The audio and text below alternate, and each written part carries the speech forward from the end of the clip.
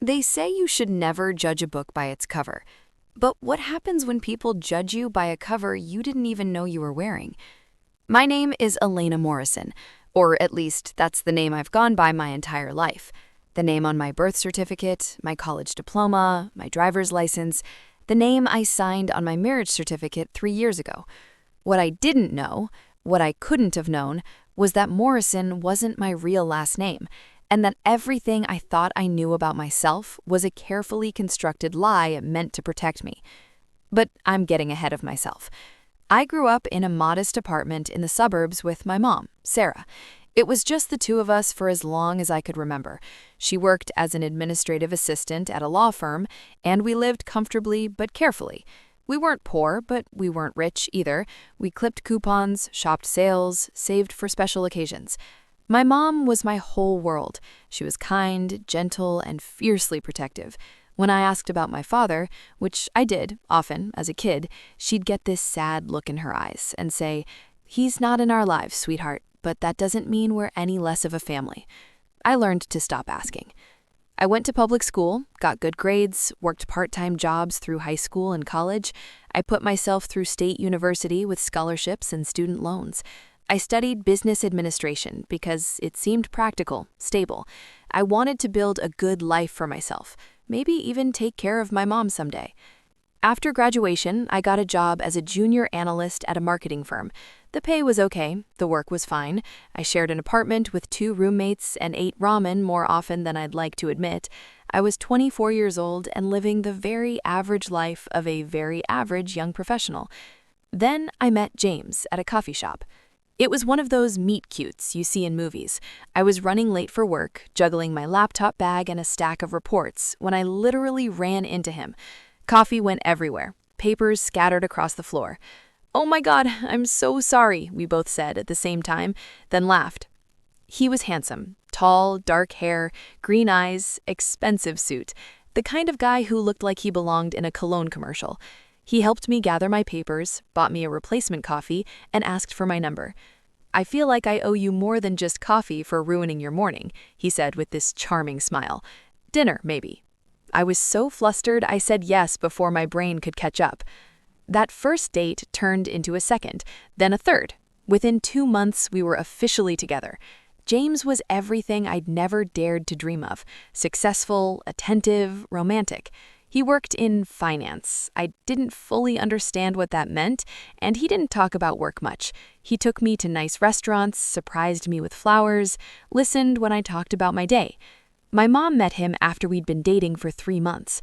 I was nervous. She'd always been protective, cautious about the men I dated. But when James showed up at our apartment with flowers for both of us and complimented my mom's cooking, even she warmed up to him. "He seems nice," she said after he left. But there was something in her voice, a hesitation. "You don't like him?" I didn't say that, she smiled, but it didn't reach her eyes. Be careful, Elena. Make sure he loves you for you, not for who he thinks you are." I had no idea what she meant by that. 6 months later, James proposed. It was perfect. A rooftop restaurant, sunset, photographer hiding in the corner to capture the moment. The ring was beautiful, but not ostentatious. When he got down on one knee and asked me to marry him, I cried and said yes without hesitation. I was so in love, so stupidly, blindly in love. "My family is traditional," James said, as we drove to his parents' house for the first time. This was 2 weeks after the engagement. "They'll seem a bit formal at first, but they'll warm up to you."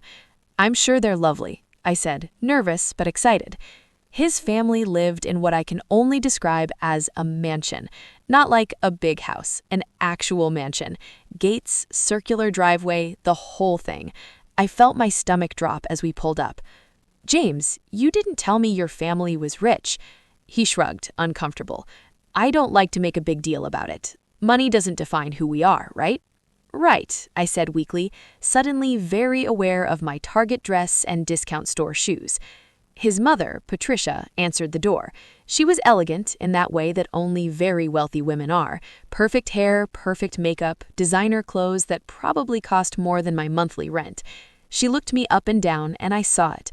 The flicker of disappointment, the slight curl of her lip. "So you're Elena?"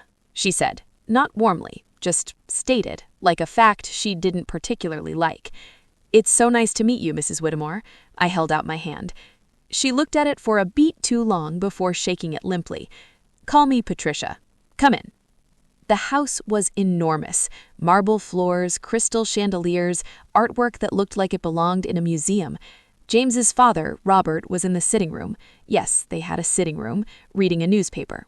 He stood when we entered, and I recognized immediately where James got his looks. But where James was warm, Robert was cold, assessing. "Father, this is Alina, my fiancé. Mr. Whittemore, it's such an honor." Yes, he waved off my enthusiasm. "James tells us you work in marketing. I'm an analyst at... And your family? What do they do?" I felt James stiffen beside me. "Dad." "It's okay," I said quickly. "My mom works as an administrative assistant. It's just the two of us. My father isn't in the picture." The silence that followed was deafening. I watched something pass between Patricia and Robert. Not just disappointment now, something worse, disdain. "I see," Patricia said coolly. "How quaint." Dinner was excruciating. James's younger sister, Melissa, barely acknowledged me. His older brother, Christopher, and his wife, Vanessa, were polite but distant. Every question Patricia asked felt like a test I was failing. "Where did you go to school?" "State University. I had a partial scholarship." "How nice. Christopher went to Yale." "What kind of car do you drive?" "Oh, I actually don't have one. I take public transportation." "How economical." By the time we left, I felt about 2 inches tall. "They'll come around," James assured me in the car. "They're just protective. They'll see how great you are." I wanted to believe him. The engagement period was a nightmare. Patricia took over wedding planning immediately. When I tried to have input, suggesting we invite my mom's friends, wanting a local venue I could afford to contribute to, I was shut down. "This is a Whittemore wedding, dear. We have certain standards." Every dress I liked was too casual. Every idea I had was not quite right for our family. My mom and I were essentially sidelined, watching as Patricia planned a wedding that had nothing to do with us. The few times I pushed back, James would say, "Just let her have this. It makes her happy. What matters is that we're getting married, right?" But it didn't feel like our wedding. It felt like a Whittemore family event where I was a prop. The worst part was the bridal shower. Patricia invited 100 women. I knew exactly 3 of them: my mom, my best friend Sarah, and my college roommate. One of Patricia's friends, after too much champagne, cornered me in the bathroom. "You know, dear, you're very lucky. The Whittemores are one of the wealthiest families in the state. I'm sure you're aware of that." James doesn't really talk about money." "Of course he doesn't. He's a gentleman." She smiled, but it was sharp. "Just make sure you understand what's expected of you. The Whittemore name comes with responsibilities." I had no idea what she meant. The wedding itself was beautiful and impersonal. 300 guests, most of whom I'd never met. My mom and I were seated with Elena's family, a table of 2 in a sea of Whittemores and their society friends. During the reception, Patricia pulled me aside. "Now that you're officially a Whittemore, we need to discuss your role in the family." "My role?" "Yes, the Whittemore women have always been very involved in family operations. There's a certain image to maintain, certain duties to fulfill." I thought she meant charity galas or something. I had no idea. The nightmare began immediately after the honeymoon. We moved into a house, a huge house that James's parents bought for us as a wedding gift. I thought it was generous until I realized it came with strings. "Mom wants you to host family dinner every Sunday," James said our first week there. "Okay, I can do that." "And she mentioned you should probably handle the cleaning yourself. She never trusted hired help." "The whole house?" "It's what Whittemore wives do, Elena. It's tradition." But it wasn't just cleaning, and it wasn't just Sundays. Patricia started calling every morning with tasks.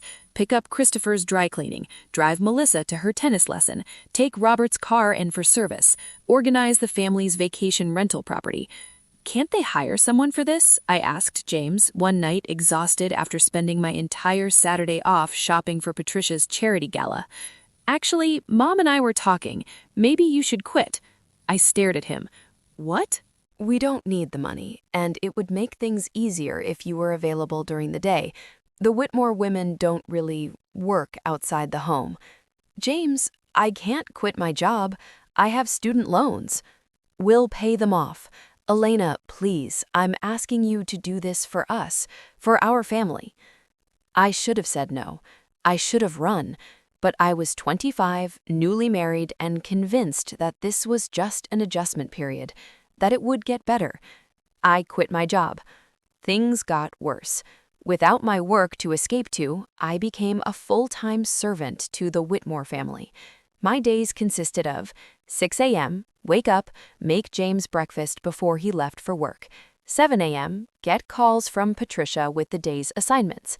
8 a.m. to 6 p.m., run errands for various family members, clean the house, grocery shop, prepare elaborate dinners. 7 p.m., James came home expecting a perfect meal and a clean house. 8 p.m., more calls from Patricia about tomorrow's tasks. On weekends, I drove Melissa and her friends to parties. I babysat Christopher and Vanessa's kids. I organized Patricia's closet. I planned family events. And through it all, they treated me like hired help. Elena, you missed a spot on the floor. Elena, Christopher needs a ride to the airport at 5 a.m. Elena, Melissa's dress needs altering. Drop it at the tailor. Elena, we're having 20 people for dinner on Friday. Handle it. I was drowning. I'd lost myself completely. The girl who'd graduated with honors, who'd had ambitions and dreams, was gone. In her place was this hollow shell who existed only to serve the Whitmore family. And James? James acted like this was completely normal. The breaking point came on my 27th birthday. I woke up that morning excited. Despite everything, I thought maybe James would remember. Maybe we'd do something special, just the two of us. He was already gone when I woke up. No note, no text, no happy birthday. At 8 a.m., Patricia called. Elena, I need you to drive to the gallery downtown and pick up a painting I purchased. It's quite large, so you'll need to borrow Christopher's SUV. Patricia, it's my birthday. Yes, happy birthday. The gallery closes at 5, so you'll need to get there before then. Also, we're having a family dinner tonight. 7 p.m., don't be late. She hung up. I spent my entire birthday running errands, picked up the painting, dropped off Robert's suits, bought groceries for the family dinner that Patricia was hosting at my house. When I got home to start cooking, I found a note from James. Working late, see you at dinner. I cooked for 12 people, the entire Whitmore family, set the table, made sure everything was perfect. They arrived at 7. Not one of them wished me happy birthday. Halfway through dinner, Patricia stood up with a glass of champagne. I'd like to make a toast to Melissa. She just got accepted to Columbia Law School. We're so proud of you, darling. Everyone cheered, clinked glasses, Melissa beamed. I sat there, invisible, on my birthday, having cooked this entire meal, and no one even acknowledged I existed beyond asking me to refill their wine glasses. After dinner, I was in the kitchen cleaning up when my phone rang. My mom. Happy birthday, sweetheart. I wanted to call earlier, but I figured you'd be celebrating with James. I broke down.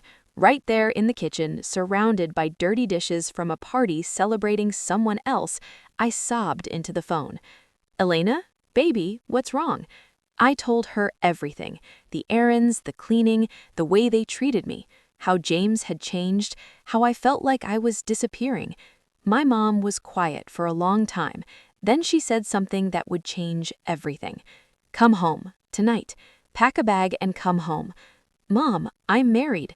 Elena Morrison, you listen to me. I didn't raise you to be someone's servant. I didn't sacrifice everything to give you a better life so you could throw it away on people who don't value you. Come home. I looked around the kitchen, at the mess I'd be expected to clean, at the life I'd fallen into, at the person I'd become. Okay, I whispered. Okay. I walked back into the dining room. They were all still there, laughing, drinking, completely oblivious to my absence. I'm leaving, I announced. The conversation stopped. James looked up. What? I'm leaving. Tonight. I'm done.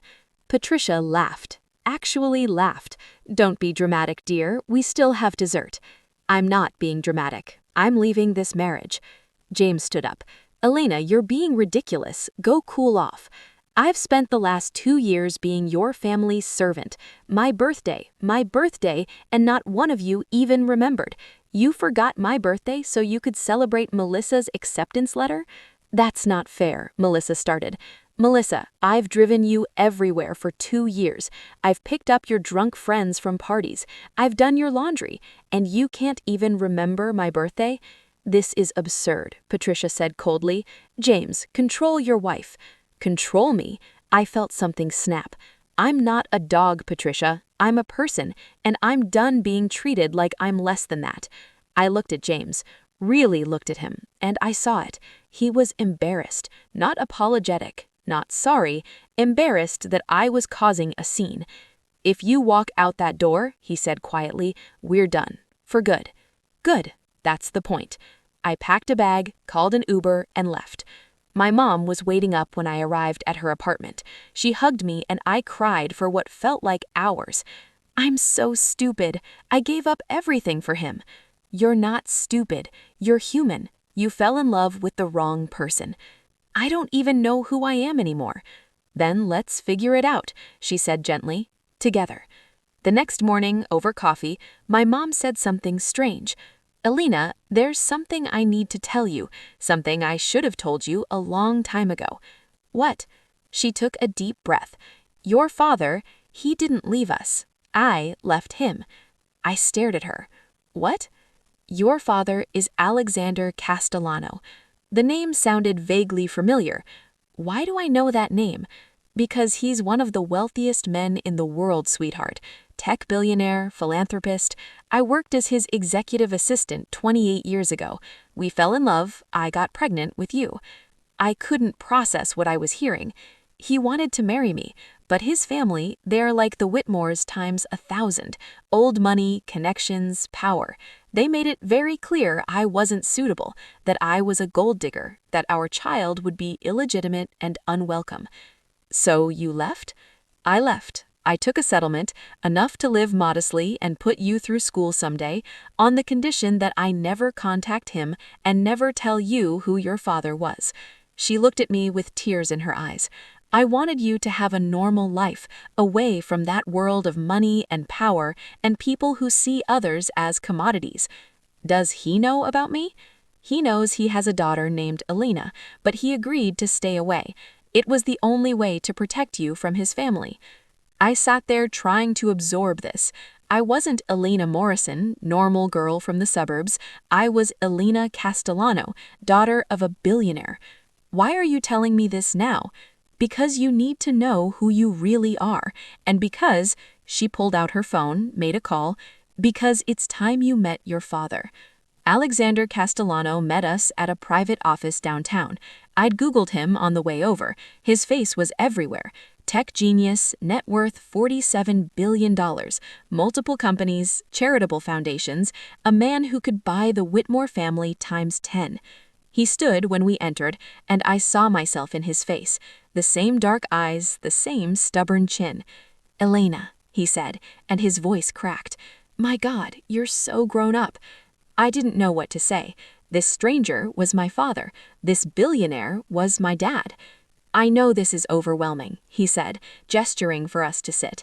Your mother explained the situation, what you've been going through. It's been a rough couple of years. The Whitmores. He said the name like it tasted bad. I know the family. Old money, no substance. They think their wealth makes them better than everyone else. He looked at me intently. Did your husband know who you really were? I didn't even know who I really was. But he knew your mother worked as an assistant. He knew you seemed to have no family money, and your family treated you like a servant because of it. I nodded, feeling tears start again. Alexander's expression hardened. That ends now. Elena, I can't give you back the years I missed.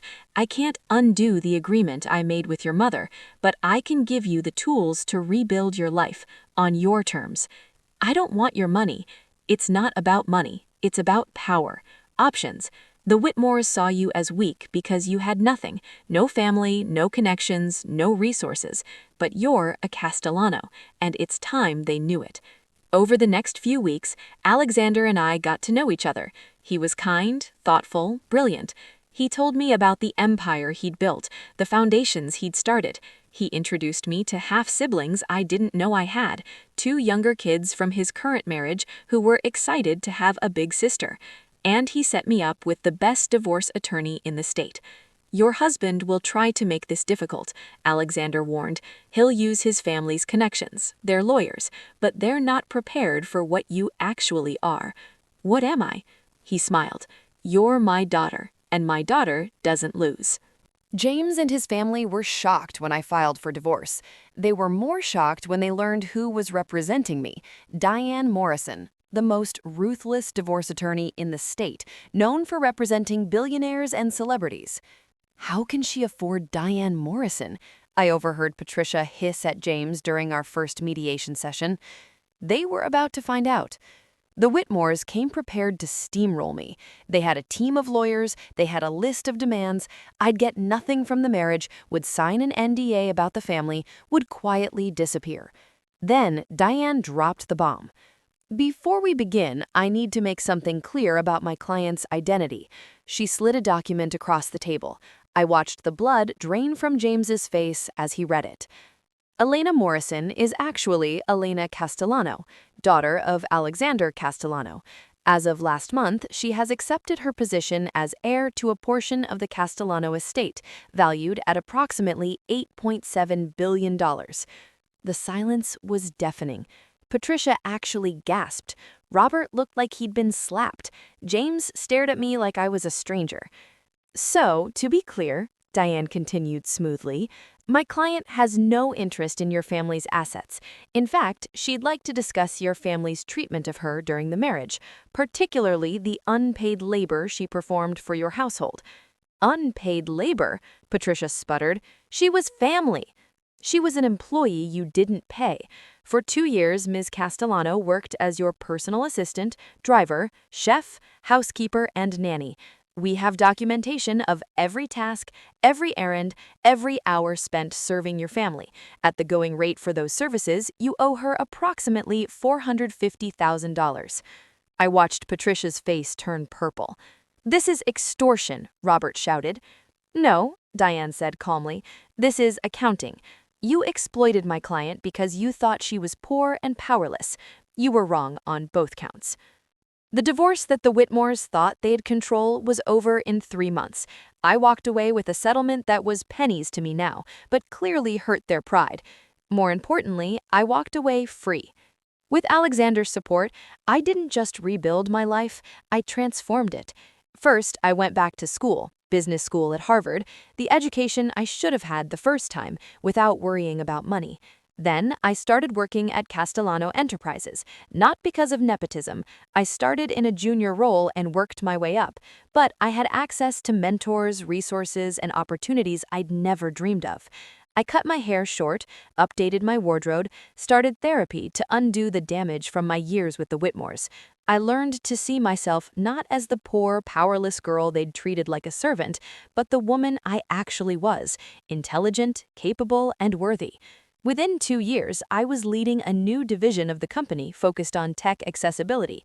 Within 3 years, I was being featured in business magazines as a rising star in the tech world. I wasn't Elena Morrison anymore, the girl who'd been nothing. I was Elena Castellano, daughter of Alexander Castellano, businesswoman and heir, and I was damn good at it. The real poetic justice came 4 years after I'd left James. I was invited to speak at the annual Philanthropic Leaders Gala, a huge charity event where the wealthiest families in the state gathered to see and be seen. Alexander had been honored there multiple times. This year, I was receiving an award for the charitable foundation I'd started, providing business education and startup funding for women from low-income backgrounds, women like I'd thought I was. I wore a custom gown that cost more than the Whitmore's car, had my hair done by a celebrity stylist, arrived in a chauffeur-driven car with Alexander beside me. The room fell silent when we walked in. I saw them immediately, the Whitmores, dressed in their finest, trying desperately to network with people who were out of their league. Patricia saw me and her face went white. James, standing next to a woman I didn't recognize, his new girlfriend I'd heard, looked like he'd seen a ghost. I smiled and walked right past them to greet the governor. During cocktail hour, Patricia cornered me in the bathroom, just like old times. "Elena, we didn't know." "Didn't know what?" I asked coolly, touching up my lipstick in the mirror. "That I was worth something? That I deserved basic human respect? You thought I was nobody, and you treated me accordingly." I turned to face her. "But here's the thing, Patricia. Even if I had been nobody, even if I really was just a girl from the suburbs with no money and no connections, I still deserved to be treated like a human being, not a servant, not a commodity, a person. We were hard on you, I admit, but hard on me?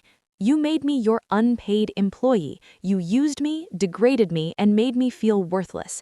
And your son let you do it because he was ashamed of the woman he'd married." Patricia's eyes filled with tears. "He loved you." "No, he didn't. He loved the idea of someone he could control, someone who would be grateful for their family's scraps." I walked towards the door, then paused. "By the way, I've heard the Whitmore Company has been struggling lately. Funny how that happens when you spend more time looking down on others than innovating. If you're looking for investors, I'm sure one of the people here tonight might help, but it won't be me." I left her standing there and went back to the gala.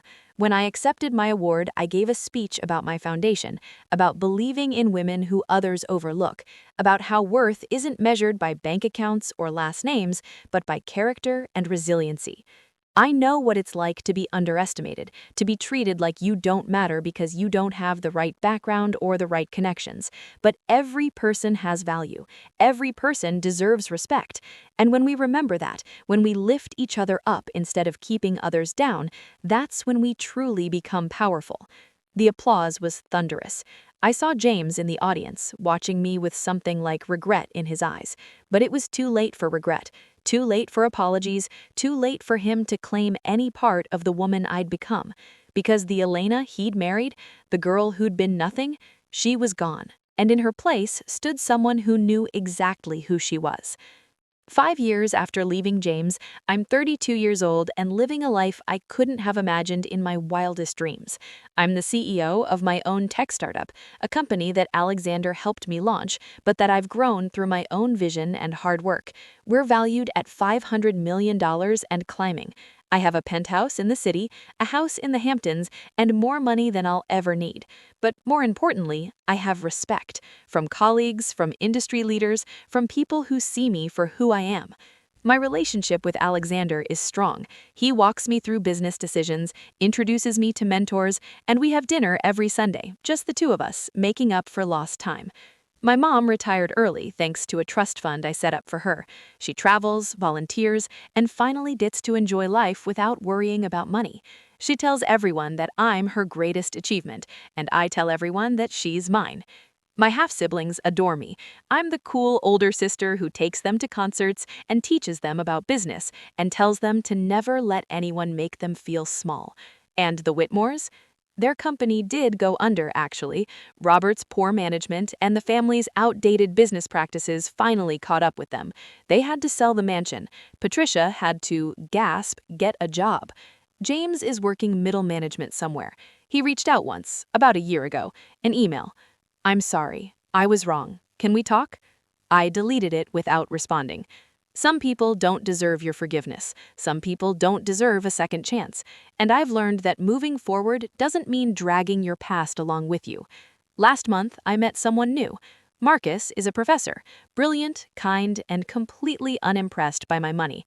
On our third date, he still insisted on splitting the check. On our fifth date, when I told him who my father was, he said, "That's cool, but I'm more interested in who you are."